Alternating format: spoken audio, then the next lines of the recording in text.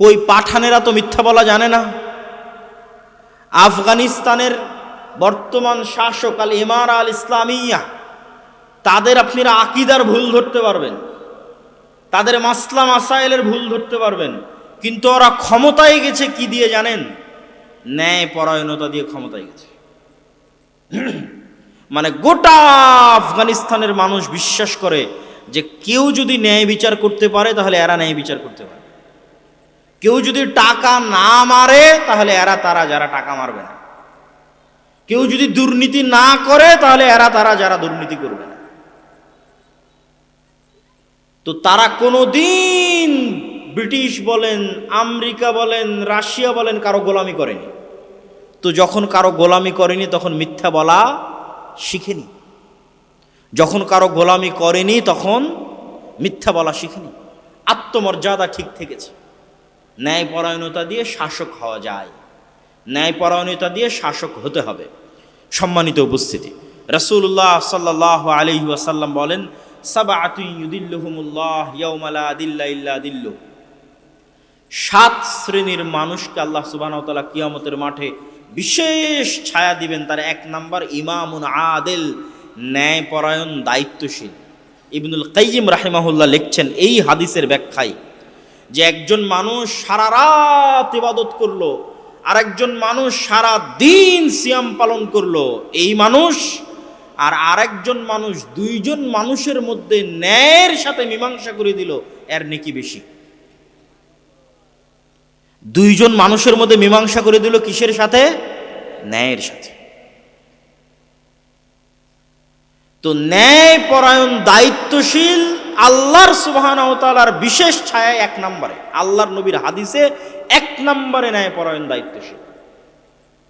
সম্মানিত উপস্থিতি, আমরা আলোচনা করছিলাম ইসলামের সামগ্রিক বিজয় কিভাবে সম্ভব, সেটি বুঝাতে গিয়ে বলছিলাম রাষ্ট্রে ইসলাম মানে কি। আজকের পাশ্চাত্য বিশ্ব আমাদের শিখায় রাষ্ট্রে ইসলাম মানে হাত কাটে নিবে, রাষ্ট্রে ইসলাম মানে রজম করবে, রাষ্ট্রে ইসলাম মানে সবাইকে ঘরবন্দি করে পর্দা করতে বাধ্য করবে, রাষ্ট্রে ইসলাম মানে মেয়েদেরকে কাউকে পড়তে দিবে না। কিন্তু কেউ এটা বলে না যে রাষ্ট্রে ইসলাম মানে প্রত্যেক নাগরিকের ন্যায় বিচার এবং ন্যায়পরায়ণতা। এটা তো বলে না। ভাই, ন্যায়পরায়ণতা ন্যায় বিচার প্রতিষ্ঠা হলে কি হবে? যে হাদিস দিয়ে শুরু করেছিলাম ওই হাদিসের পরের অংশ বলা আছে। রাসূলুল্লাহ সাল্লাল্লাহু আলাইহি ওয়াসাল্লাম বলছেন, টাকার পরিমাণ এত বেশি হয়ে যাবে যে নেওয়ার মতো কোনো মানুষ থাকবে না। ঈসা আলাইহিস সালামের কথা বলা হচ্ছে। ঈসা আলাইহিস সালাম যখন হাকামান মুকসিতা, ন্যায় বিচার প্রতিষ্ঠা করবেন পৃথিবীতে, তখন টাকার পরিমাণ এত বেশি হয়ে যাবে যে কেউ নেওয়ার মতো লোক থাকবে না। তাহলে টাকা বেশি হওয়ার সাথে ন্যায় বিচারের সম্পর্ক কি? আপনাকে বুঝাই, যারা গণতন্ত্রের নামে ইসলাম প্রতিষ্ঠা করতে চায় তাদেরকে অংশটা খুব ভালোভাবে শুনতে হবে যে ন্যায় বিচারের সাথে টাকার সম্পর্ক কি। আজ যখন আমরা আমেরিকা যাই, ইংল্যান্ড যাই, দেখি কি সাজানো গুছানো সুচারু রূপের দেশ, কি উন্নত সিস্টেম, টেকনোলজি, ইউনিভার্সিটি। তখন এই সমস্ত পথভ্রষ্ট, ব্রেন ওয়াশড তরুণ যুবকদের মনে হয়, না, আমরা আসলে অনুন্নত আছি, গরিব আছি, মিসকিন আছি ইসলামের কারণে। এরা তো ইসলাম ছেড়ে দিয়ে ধনী হয়ে গেছে। বলেন নাউজুবিল্লাহ। বক্তব্য কিভাবে মিলাবো একটু মনোযোগ দিয়ে শুনবেন। যখন প্রথম একজন মুসলিম যুবক আমেরিকায় যাবে, ইংল্যান্ডে যাবে, বলবে এরা তো অনেক উন্নত, এখানে তো কোনো মিথ্যা নাই, এখানে তো কোনো সব কিছু সুন্দর সিস্টেমে চলছে, আমাদের দেশের এই এই এই এই কথাও ঠিক। কিন্তু কারণ কি বের করলো? কারণ বের করলো আসলে আমরা বেশি ইসলাম নিয়ে কড়াকড়ি করতে চাই, বেশি ইসলাম মানতে চাই, এই জন্য আসলে আমাদের দেশে এভাবে হবে না, আমাদেরকে মডারেট হতে হবে। আমরা যদি এখন আমেরিকা এবং ইউরোপের মতো মডারেট হই তাহলে আমরাও উন্নত হব। আমি আপনাকে বলি, অঙ্কের হিসাব শুরু থেকে শুরু করেন। আমেরিকা এবং ইউরোপে কোটি কোটি টাকা, আর আমার বাংলাদেশে মানুষ খাবার পাচ্ছে না কেন? ভাই, 190 বছর যাবৎ এখান থেকে চুরি করে নিয়ে গেছে। এই জন্য বুঝেননি মনে হয়। শুধু এখান থেকে নয়, সারা পৃথিবী থেকে চুরি করে নিয়ে গেছে। আল্লাহ নবী কি বললেন? ন্যায় বিচার প্রতিষ্ঠা হলে টাকার অভাব হবে না। তো আমি গরিব কেন? পৃথিবীতে অন্যায় হচ্ছে এই জন্য আমি গরিব। আমার টাকা আর একজন মেরে নিয়েছে এই জন্য গরিব। ব্রিটিশরা যখন পাক ভারতে প্রবেশ করে তখন সারা পৃথিবীর জিডিপির 30% ছিল, সারা পৃথিবীর জিডিপির 30% ছিল বাদশাহ আলমগীরের ভারত। আর ব্রিটিশরা যখন 1947-এ ভারত ত্যাগ করে তখন সারা পৃথিবীর জিডিপির 3% ছিল ভারত। তাহলে যে 27%-এর অধঃপতন, এই 27%-এর অধঃপতন এখান থেকে চুরি হয়ে গেছে। ওই অন্যায়ের কারণে আমি আপনি গরিব। আমার আপনার কাছে ইসলাম আছে এই জন্য গরিব, এটা মিথ্যা কথা। আমরা মাজলুম এই কারণে গরিব। সুদ, জুলম। এই যে গত 16 বছর কত হাজার কোটি টাকা যেন পাচার হয়েছে, সম্ভবত 80,000 কোটি টাকা পাচার হয়েছে। তো 80,000 কোটি টাকা কি আমার আপনার নয়? আমার আপনার। তাহলে ওই 80,000 কোটি টাকা পাচার হওয়ার কারণে তো আমি আপনি গরিব। এরকম প্রত্যেক সেক্টরে যে ন্যূন থেকে ন্যূনতম দুর্নীতি হচ্ছে, ওই প্রত্যেকটা দুর্নীতির কারণে আমি আপনি গরিব হচ্ছি। যেখানে ঘুষের লেনদেন হচ্ছে 500 টাকা, ওই 500 টাকার কারণে সারা বাংলাদেশের মানুষ 500 টাকার গরিব হচ্ছে। যেখানে সুদের লেনদেন হচ্ছে কোটি টাকা, ওই কোটি টাকার কারণে সারা বাংলাদেশের মানুষ ওই কোটি টাকার গরিব হচ্ছে। যখন এই লেনদেনটা হবে শতভাগ ন্যায় বিচারের সাথে, সারা পৃথিবীতে সারা দেশে শতভাগ ইনসাফের সাথে, তখন কেউ গরিব থাকবে? থাকবে না। তাহলে গরিব থাকার কারণ আর আমেরিকা আর ইউরোপের উন্নত হওয়ার কারণ ইসলাম না জুলম? জুলম, অন্যায়, অবিচার। সম্মানিত উপস্থিতি, তাহলে তারা আজ উন্নত, তাই তাদের দেখে তাদের কপি করে মডারেট পদ্ধতিতে গণতন্ত্রের মাধ্যমে ইসলাম প্রতিষ্ঠা করতে হবে। এটা কি ঠিক? আপনাকে বলি, আপনি আরো পড়েন, আরো পড়েন, আরো পড়েন, পড়ার পর গিয়ে লাস্ট সারমর্ম দেখবেন, রাষ্ট্রে যেন ইসলাম প্রতিষ্ঠা হতে না পারে এই জন্যই গণতন্ত্র। আমি মনে হয় বুঝাতে পারলাম না। আমি যদি বুঝাতে না পারি এটা আমার ব্যর্থতা।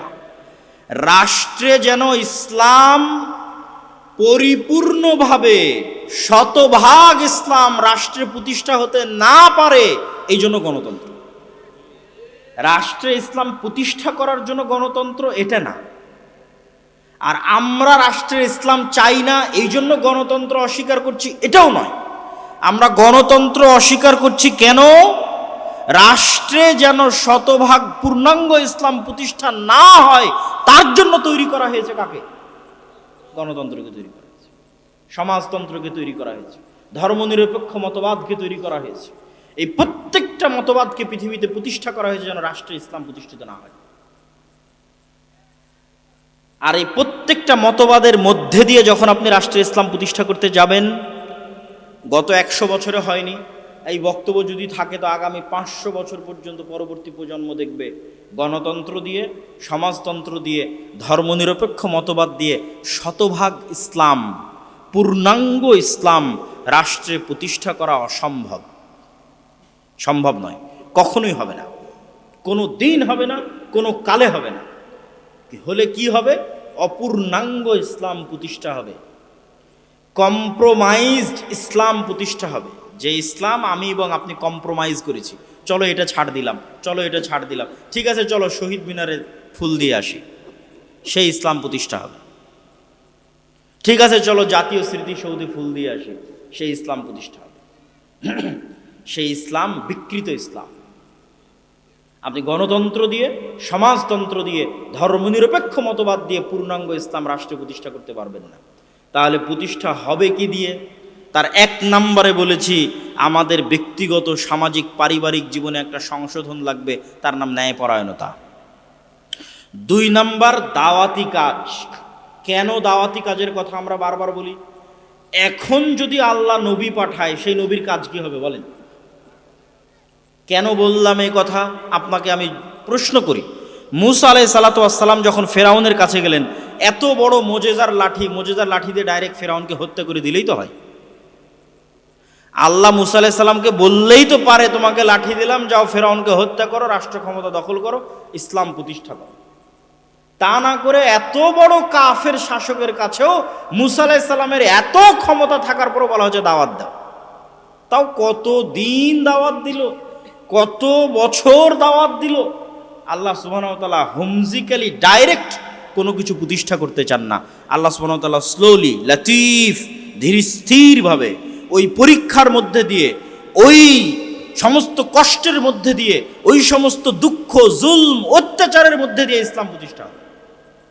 যেই জুলম, যেই অত্যাচার, যেই দুঃখ, যেই কষ্ট মুসা আলাইহিস সালাম ভোগ করেছে, যেই দুঃখ, যেই অত্যাচার, যেই কষ্ট ইব্রাহিম আলাইহিস সালাম ভোগ করেছে, যেই দুঃখ, যেই অত্যাচার, যেই কষ্ট নূহ আলাইহিস সালাম ভোগ করেছে, যেই দুঃখ, যেই কষ্ট, যেই অত্যাচার মুহাম্মদ সাল্লাল্লাহু আলাইহি ওয়াসাল্লাম ভোগ করেছে। ইব্রাহিম আলাইহিস সালামকে দিয়ে পারলে, চাইলেই আল্লাহ সুবহানাহু ওয়া তাআলা যদি আগুনের মধ্যে থেকে ইব্রাহিমকে বাঁচাতে পারে যে আল্লাহ, তো সে আগুনে আল্লাহ নমরুদকে পুড়িয়ে দিতে পারে না? দাওয়াত দেওয়ার কি দরকার? সম্মানিত উপস্থিতি, এখনো নবী প্রেরিত হলে দাওয়াত দেবে, কিন্তু নবীদের দাওয়াত আর আমাদের দাওয়াতের মধ্যে আসমান জমিন পার্থক্য আছে। এই জায়গাগুলোতেই আমাদেরকে ভুল ত্রুটি খুঁজে বের করতে হবে। নবীদের দাওয়াত আর আমাদের দাওয়াতের মধ্যে কি কি পার্থক্য? নবীরা সব সময় ক্ষমতার কেন্দ্রবিন্দুতে আঘাত করেছে, দাওয়াত দিয়েছে ক্ষমতার কেন্দ্রবিন্দুতে। আল্লাহর নবীও যখন দাওয়াত দেওয়া শুরু করেছে, মক্কার কোরাইশদের টপ লেভেলের সর্দারেরা উপস্থিত হয়েছে, সেখানে দাওয়াতের ঘোষণা হয়েছে। মুসা আলাইহিস সালাতু ওয়াস সালাম একদম ডাইরেক্ট, আল্লাহ বলেছে ডাইরেক্ট ফেরাউনের কাছে, কোথাও না এদিক ওদিক থামার দরকার নেই, সোজা ফেরাউনের কাছে। ইব্রাহিম আলাইহিস সালাতু ওয়াস সালাম সোজা রাষ্ট্র ক্ষমতার কেন্দ্রবিন্দুতে। আর আমরা আলেম ওলামা রাষ্ট্রের কাছে গেছি নিজের স্বার্থ হাসিল করতে, দাওয়াত দিতে নয়। গত 16 বছর কি হানাফি, কি আহলে হাদিস, সকল আলেম ওলামা, এমপি, মন্ত্রী, মিনিস্টার, ওসিডিসি, এসপির কাছে গেছে নিজের স্বার্থ হাসিল করতে।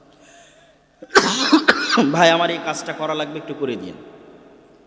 ভাই আমার এত বড় সংগঠন আছে, এত বড় দল আছে, আমার এটা করার দরকার, একটু করে দিন। রাষ্ট্রের কেন্দ্রবিন্দুতে নির্ভেজাল ইসলাম নিয়ে, নিষ্কলুষ ইসলাম নিয়ে, নিঃস্বার্থ ইসলাম নিয়ে আঘাত করবে, এরকম মায়ের সন্তানের জন্মই হয়নি। নিঃস্বার্থভাবে আঘাত করবে রাষ্ট্রের কেন্দ্রে, কোনো স্বার্থ নাই, আমার এই কাজটা করে দিতে হবে ভাই, এটা একটু দেখেন, এগুলো না। ডাইরেক্ট আপনি যেটা করছেন সেটা ভুল করছেন, অন্যায় করছেন, ফিরে আসতে হবে। আপনি মুসলিম, আপনাকে সংশোধন হতে হবে। এরকম নিঃস্বার্থ দাওয়াত কেউ নিয়ে যায়নি। নবীরা নিঃস্বার্থ দাওয়াত নিয়ে যেতেন, রাষ্ট্রের কেন্দ্রবিন্দুতে নিয়ে যেতেন। এই জন্য নবীদের সাথে লড়াই শুরু হয়ে যেত, আমাদের সাথে লড়াই শুরু হয় না। এইরকম নবীদের দাওয়াতের সাথে আমাদের দাওয়াতের এরকম অসংখ্য পার্থক্য আছে, যেই পার্থক্যগুলোর কারণে আমরা সঠিকভাবে দাওয়াতি কাজ করতে পারছি না। 1 নাম্বার ন্যায়পরায়ণতা, 2 নাম্বার দাওয়াতি কাজ, 3 নাম্বার সোশ্যাল জাস্টিস। এটা আজকে নতুন তত্ত্ব যুক্ত করে দিলাম। এই বিষয়ে এর আগেও বক্তব্য দিয়েছি, কিন্তু এই পয়েন্টটা উল্লেখ করিনি। সামাজিক ন্যায় বিচার। সামাজিক ন্যায় বিচার আবার কি? আল আদাবুল মুফরাদ খুলে দেখেন, আল আদাবুল মুফরাদে ইমাম বুখারীর লেখা একটা বই ধারাবাহিক উল্লেখ করতে থেকেছে সমাজে আপনি কেমনে চলবেন। তার প্রত্যেকটা এমন ছোট ছোট ছোট ছোট ছোট ছোট ছোট ছোট অধ্যায়।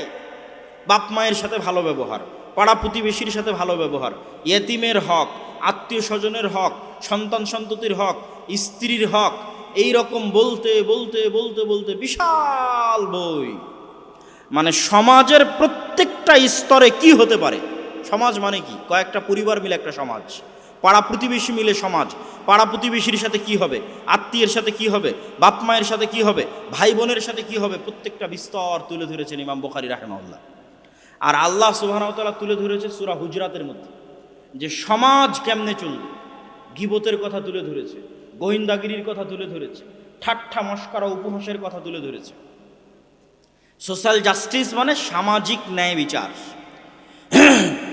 ব্রিটিশরা যখন, এই তত্ত্বটা কেন দিচ্ছি এটা একটু বুঝতে হবে। ব্রিটিশরা যখন ক্ষমতা দখল করলো, মুসলমানেরা যখন দেখলো যে ক্ষমতায় আমরা তাদের সাথে পাচ্ছি না, তখন মুসলমানের একটা ছোট্ট বুদ্ধি অবলম্বন করলো, যে বুদ্ধি এখনও আপনারা অবলম্বন করতে পারবেন কিন্তু করেন না। তিতুমির এটাই করেছে, হাজী শরীয়তুল্লাহ এটাই করেছে, সৈয়দ আহমদ বেরলভী এটাই করেছে, শাহ ইসমাইল শহীদ এটাই করেছে। সেটা কি? ডিসেন্ট্রালাইজেশন, ক্ষমতার বিকেন্দ্রীকরণ। ঠিক আছে, তুমি দিল্লিতে বসে আছো, দিল্লিতে বসে থাকো, আমার ছোটনায় কি হচ্ছে এটা কি আর দিল্লিতে বসে থেকে সবসময় ব্রিটিশ সরকারের দেখার ক্ষমতা আছে? আমার প্রশ্ন কি বুঝতে পারছেন? আমার দেবিদ্বার, বড়িচং, কোরপাই, ছোটনা এই অঞ্চলে কি হচ্ছে ওই দিল্লিতে বসে থেকে ব্রিটিশের পুলিশের 24 ঘন্টা তদারকি করার ক্ষমতা নাই। তাহলে আমি অন্তত আমার সমাজে ইসলাম প্রতিষ্ঠা রাখব। আমার কথা কি বুঝতে পারছেন আপনারা? যে আমি অন্তত আমার সমাজে কি প্রতিষ্ঠা রাখবো? একটু কথা বলেন, কি প্রতিষ্ঠা রাখবো? ইসলাম কিভাবে প্রতিষ্ঠা রাখবেন সেটাও বলে দিচ্ছি। সমাজে কিভাবে আপনি ইসলাম প্রতিষ্ঠা রাখবেন। আল আমরু বিল মারুফ ওয়ান নাহি আনিল মুনকার, সৎ কাজের আদেশ, অসৎ কাজে বাধা, প্রত্যেক নবীর বৈশিষ্ট্য, উম্মতে মুহাম্মাদির বৈশিষ্ট্য। তো আপনার গ্রামে একটা মেয়ের বিবাহ হচ্ছে ডিমান্ড, যৌতুকের সাথে, তো আপনি ইমাম সাহেব কোন লজ্জায় সেই যৌতুকের বিবাহ পড়াচ্ছেন? আমাকে উত্তর দেন। আপনারা মুসলমান নাম নিয়ে কোন লজ্জায় সেই যৌতুকের বিবাহে অংশগ্রহণ করছেন? উত্তর দেন। আপনি জেনে বুঝে, ইমাম সাহেব জেনে বুঝে, নামাজি মুসলমানেরা জেনে বুঝে, হাজি মুসলমানেরা জেনে বুঝে, ওমরাকারী মুসলমানেরা জেনে বুঝে, দানবীর মুসলমানেরা জেনে বুঝে, হুজুর আলেম মুসলমান জেনে বুঝে সমাজে অন্যায় করছে। তাহলে এই গোলাম থাকবে না, এই জাতি গোলাম থাকবে না, তো কে গোলাম থাকবে? ওই অন্যায়ের প্রতিবাদ করেন। এটা অন্যায় হচ্ছে, প্রতিবাদ করেন। আল আমরু বিল মারুফ ওয়ান নাহি আনিল মুনকার, সৎ কাজের আদেশ, অসৎ কাজে বাধা। আপনার সমাজে অন্যায় হতে দিয়েন না। বাংলাদেশের কোনো একটা সমাজ যদি এরকম প্রতিষ্ঠিত হয়ে যায়, বাংলাদেশের কোনো একটা দল যদি এরকম প্রতিষ্ঠিত হয়ে যায়, কোনো একটা মাদ্রাসা যদি এরকম প্রতিষ্ঠিত হয়ে যায় যেখানে শতভাগ ন্যায় বিচার আছে, ওখান থেকে ইসলামের উত্থান হবে। ওখান থেকে কিসের উত্থান হবে? ইসলামের উত্থান হবে। সম্মানিত উপস্থিতি, সোশ্যাল জাস্টিস, সামাজিক ন্যায় বিচার। গত 16 বছর আওয়ামী লীগের সরকার বা গত 16 বছর যে ফ্যাসিজমের সরকার ছিল, তারা গ্রাম পর্যন্ত, পাড়া পর্যন্ত দলীয়করণ করেছে, করেনি? তথা একদম গ্রাম পাড়ায় যদি কোনো সালিশ হয়, সেটা ওই দলের নেতার মাধ্যমে, ঘুষের মাধ্যমে সালিশ হতে হবে। কিন্তু যখন এই সরকার বিদায় নিয়েছে, তখন এই জায়গাগুলো শূন্য। গ্রাম পর্যায়ে পাওয়ার শূন্য, পাওয়ার খালি হয়ে গেছে। সেই পাওয়ারটা আপনারা মুসলমানেরা বসে বসে আর এক দলের হাতে দিয়ে দিচ্ছে। আমি যদি বুঝাতে না পারি, এটা আমার ব্যর্থতা। এখন সারা বাংলাদেশের গ্রাম পর্যায়ে ক্ষমতা শূন্য। কেননা গত 16 বছর যেই ফ্যাসিজম ছিল, সেই ফ্যাসিজম বিদায় নিয়েছে। কিন্তু দুঃখজনক হলেও সত্য যে মুসলমানেরা বসে বসে অন্তত তাদের গ্রাম পর্যায়ের ক্ষমতা আর এক দলের হাতে তুলে দিচ্ছে। যেখানে যান সেখানেই শোনা যাচ্ছে, ভাই আগে তারা এসে চাঁদা নিত, এখন এরা চাঁদা নিচ্ছে। তাহলে তো সামাজিকভাবে অন্যায়, অবিচার আপনারা প্রতিষ্ঠা রেখেছেন। এখন কেন একটু বুক চেতিয়ে বলতে পারেন না, না আমার গ্রামে অন্যায় হবে না? এখন তো কেউ নাই। এখন তো আপনার গলা টিপে ধরবে এইরকম কোনো শক্তি নাই। তাহলে কেন আপনি আপনার গ্রাম পর্যায়ে, কেন মসজিদের ইমাম, কেন গ্রামের মাদ্রাসা, অন্তত গ্রামের সালিশের দায়িত্বটা নিচ্ছে না? ভাই নেয়নি ব্রিটিশ আমলে? পঞ্চায়েত হয়নি? আলেম ওলামা, মসজিদ মাদ্রাসার শিক্ষকেরা সালিশ করেনি? মসজিদের ইমাম সালিশ করেনি? করেছে। ব্রিটিশ আমলে ডিসেন্ট্রালাইজেশন এই কারণেই হয়েছে, বিকেন্দ্রীকরণ এই কারণেই হয়েছে। হাজি শরীয়তুল্লাহরা গ্রাম পর্যায়ে ইসলামী সালিশ প্রতিষ্ঠা করেছে, ইসলামী বিচার প্রতিষ্ঠা করেছে। তখন আহলে হাদিসদেরকে বানিয়ে দেওয়া হয় যে তারা হয়তো রাষ্ট্রে ইসলাম প্রতিষ্ঠার শত্রু। কিন্তু বিষয়টি কি তেমন? আসলে তেমন নয়। তাহলে কি আমাদের জানা দরকার আছে না নাই? আবার যখন আপনারা বলবেন যে আমি দাওয়াতি কাজের মাধ্যমে রাষ্ট্রে ইসলাম প্রতিষ্ঠা করতে চাই, তখনও এটি যুবক সমাজের মানুষের বিবেকে, ব্রেনে ধরে না। কিভাবে দাওয়াতি কাজের মাধ্যমে রাষ্ট্রে ইসলাম প্রতিষ্ঠা হবে? তখন আমাদের দাবিটা শুধু দাবিই থেকে যায়। সেটির পক্ষে লজিক দাঁড় করানো এবং বাস্তবে সেটি নিয়ে কাজ করার মতো কোনো পরিবেশ আমি আমার বুদ্ধিতে, আমার চিন্তা চেতনায়, গবেষণায় দেখিনি। এটি আমাদের একটি দুর্বলতা। তো এই দুর্বলতা কাটিয়ে উঠে কিভাবে আপনি রাষ্ট্রে ইসলাম প্রতিষ্ঠা করবেন সালাফে সালেহিনের মানহাজ অনুযায়ী, তা আমাদের জানার দরকার আছে। তার পূর্বে আলোচনা করি সংক্ষিপ্ত, এই বিষয়ে আলোচনা করতে গিয়ে সংক্ষিপ্ত আলোচনা, রাষ্ট্রে ইসলাম বলতে কি বুঝায়। তাত্ত্বিক আলোচনা না করে একদম সহজ ভাষায় আপনাদেরকে বুঝতে হবে রাষ্ট্রে ইসলাম বলতে কি বুঝায়।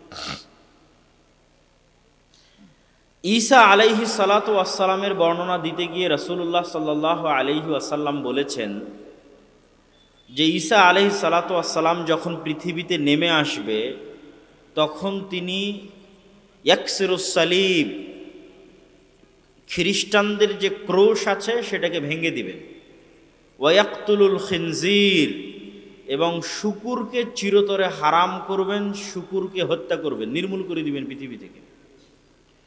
তারপরে কি বলছেন, তিনি হবেন হাকামান মুকসিতা, ন্যায় পরায়ণ শাসক। ঈসা আলাইহিস সালাতু ওয়াসসালামের ক্ষেত্রে আল্লাহর নবী বলছেন তিনি হবেন ন্যায় পরায়ণ শাসক, ন্যায় বিচারকারী শাসক।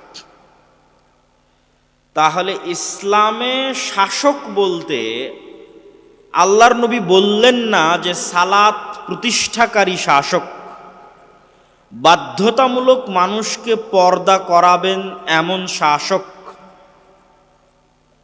বাধ্যতামূলক মানুষকে হজ করাবেন, ওমরা করাবেন এমন শাসক, বাধ্যতামূলক মানুষকে দাড়ি রাখাবেন এমন শাসক।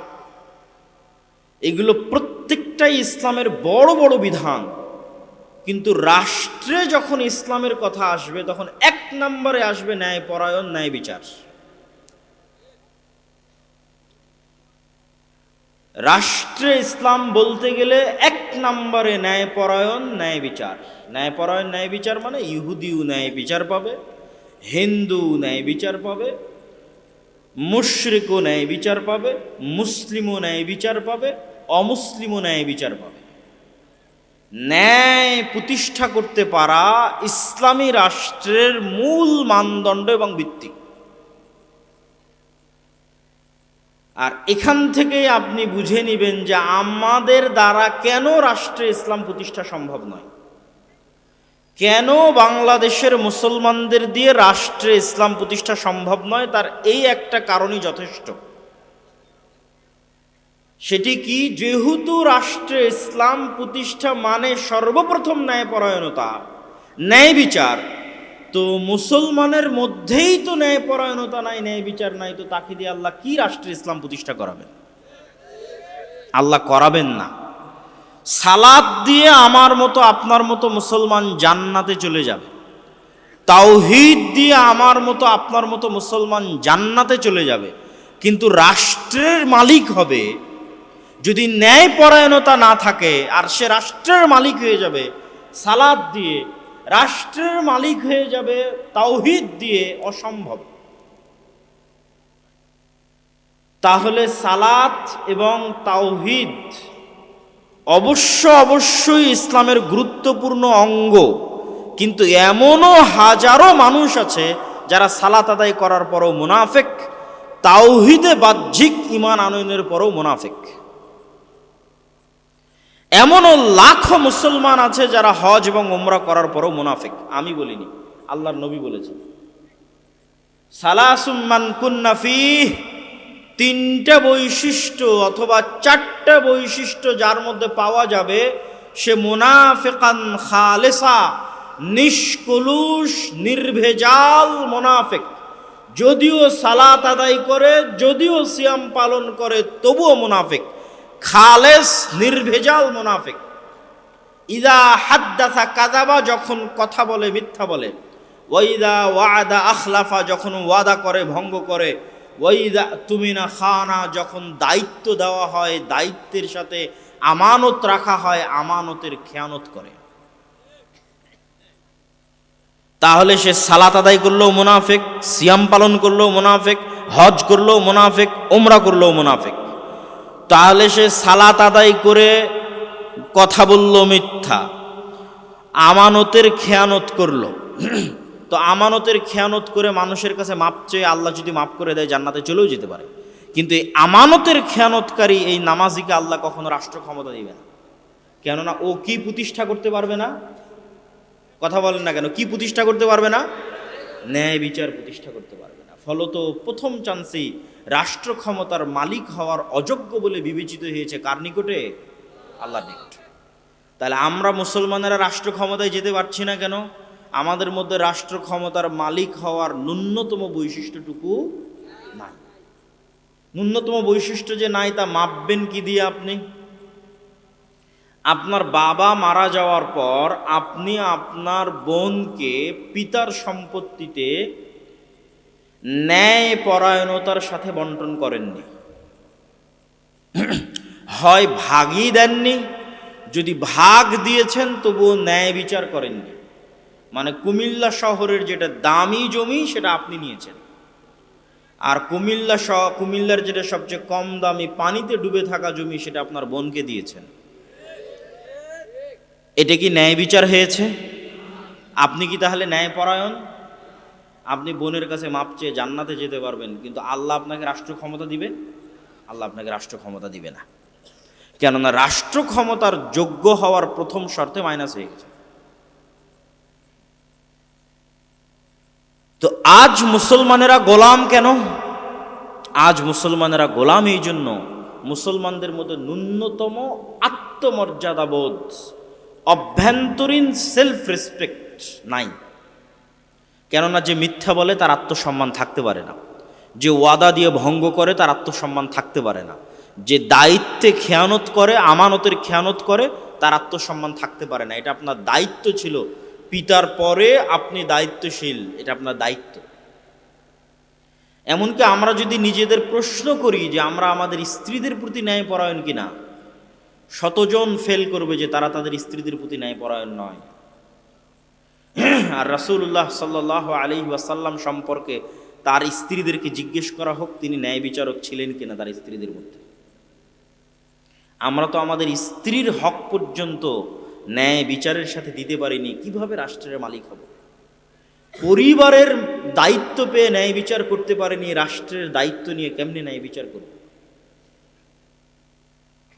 আর একই অবস্থা যে সারা পৃথিবীর মুসলমানদের, তার সবচেয়ে বড় উদাহরণ কি? গত 16 বছর এমন কোন ওসি, ডিসি, এসপি, মন্ত্রী, সাব রেজিস্ট্রার, এসিল্যান্ড ছিল না যে ওসি, ডিসি, এসপি, মন্ত্রী, এসিল্যান্ড, সাব রেজিস্ট্রার হাজি নয়, ওমরাকারী নয়, নামাজি নয়। তাহাজ্জুদ গুজার খুনি এমপি ছিল?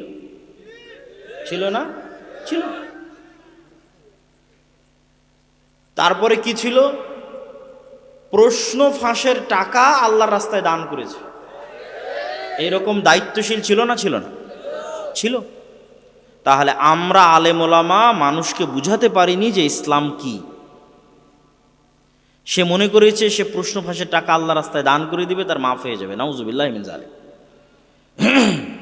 অথচ সে ওই যে দায়িত্বে ছিল, ওই দায়িত্বের সাথে খেয়ানত করেছে।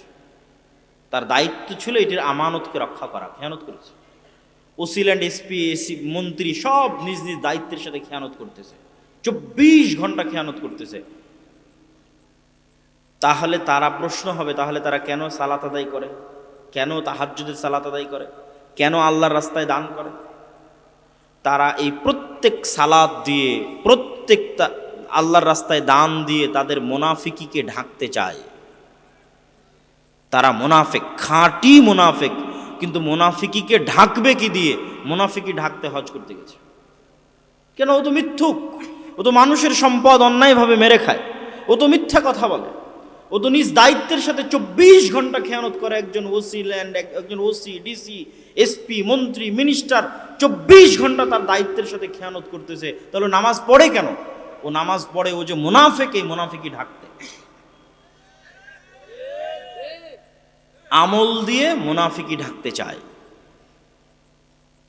সম্মানিত উপস্থিতি, এই সমস্ত মুনাফিক মুসলিমদের আল্লাহ সুবহানাহু ওয়া তাআলা কখনো দেশ, জাতি, রাষ্ট্রের দায়িত্ব দিবেন না। শুধু কি স্বাভাবিক সাধারণ মুসলমান, আলেম ওলামাদের মধ্যেও সবচেয়ে বড় কমতি আছে, আমাদের মধ্যেও সবচেয়ে বড় কমতি আছে ন্যায়পরায়ণতায়। যত মতভেদ তৈরি হয়েছে, দল তৈরি হয়েছে, ভাঙ্গন তৈরি হয়েছে, এই সমস্ত দল উপদল এবং ভাঙ্গনে মাসলা মাসাইলের চাইতে বড় কারণ ন্যায়পরায়ণতা। হয় আমির জালেম, না হয় মামুর জালেম। আপনি আমার থেকে লিখে নেন, স্বাক্ষর করে দিলাম, এখানে কোনো মাসলা মাসাইল নাই, কোনো আকীদা নাই, কোনো আদর্শ নাই, একজন জালেম আর একজন মাজলুম। যে নেতা সে ন্যায়পরায়ণতার সাথে নেতৃত্ব দিতে পারেনি, সে অকেই পদ দিয়েছে যে চামচামি করেছে। ইসলামী দলের নেতা তাকেই পদ দিয়েছে যেই কর্মী চামচামি করেছে, আর যে ন্যায় নিষ্ঠার সাথে কাজ করেছে তাকে বের করে দিয়েছে। তাকে কিভাবে বাইসাইড করা লাগবে তার সকল বুদ্ধি উপায় জানা আছে। এভাবেই চলতেছে ইসলামী দল, এভাবেই চলতেছে ইসলামী মাদ্রাসা, এভাবেই চলতেছে ইসলামী মসজিদ। সব জায়গায় বাহ্যিকভাবে ইসলাম উপস্থিত আছে, কিন্তু অভ্যন্তরীণভাবে সব জায়গায় মুনাফিকি ছড়িয়ে আছে। তাহলে তাদেরকে আল্লাহ দায়িত্ব দিবে? তাদেরকে আল্লাহ সুবহানাহু ওয়া তাআলা দায়িত্ব দিবেন না। এই জন্য আল্লাহ সুবহানাহু ওয়া তাআলা পৃথিবীতে কোনো নবী রাসূলই পাঠাননি যেই নবী রাসূল সত্যবাদী নন, ন্যায়পরায়ণ নন। এটা হচ্ছে নবী রাসূলদের জন্মগত বৈশিষ্ট্য, অন্য বৈশিষ্ট্য নয়, জন্মগত। নবী রাসূলের জন্মই হয়েছে সত্যবাদিতার উপর, জন্মই হয়েছে ন্যায়পরায়ণতার উপর।